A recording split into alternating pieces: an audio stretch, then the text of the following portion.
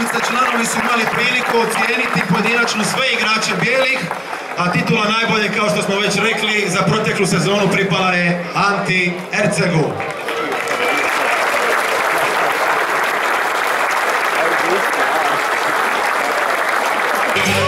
Volim te Hajduče, Boga znam za sebe, i nakon pobjede, i kad ti ne ide, uvijek sam uz tebe. I nakon pobjede, i kad ti ne ide, uvijek sam uz tebe. Kažu mi da sam lud, da trošim život za lud. Grložnice se i noći bez sanje ne mogu drugčije. Grložnice se i noći bez sanje ne mogu drugčije. Moji snovi želje sve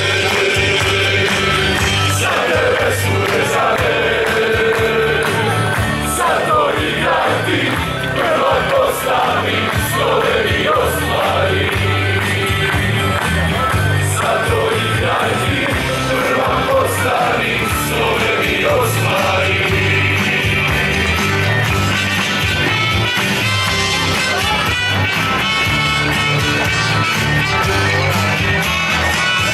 To što tražim od tebe nisu čak i pobjede. Samo srce to je hajdučko, svima poznato. Samo srce to je hajdučko, svima poznato.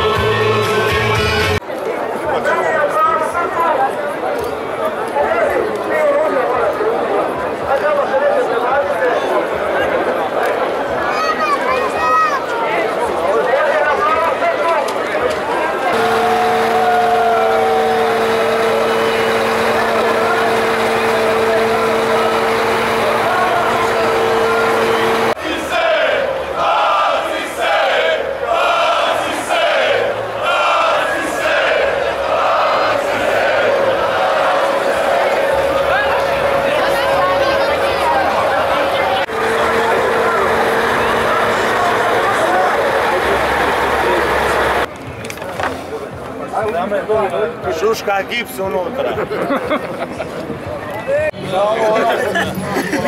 Kendaj ga sad. On priđe kropalo moraš.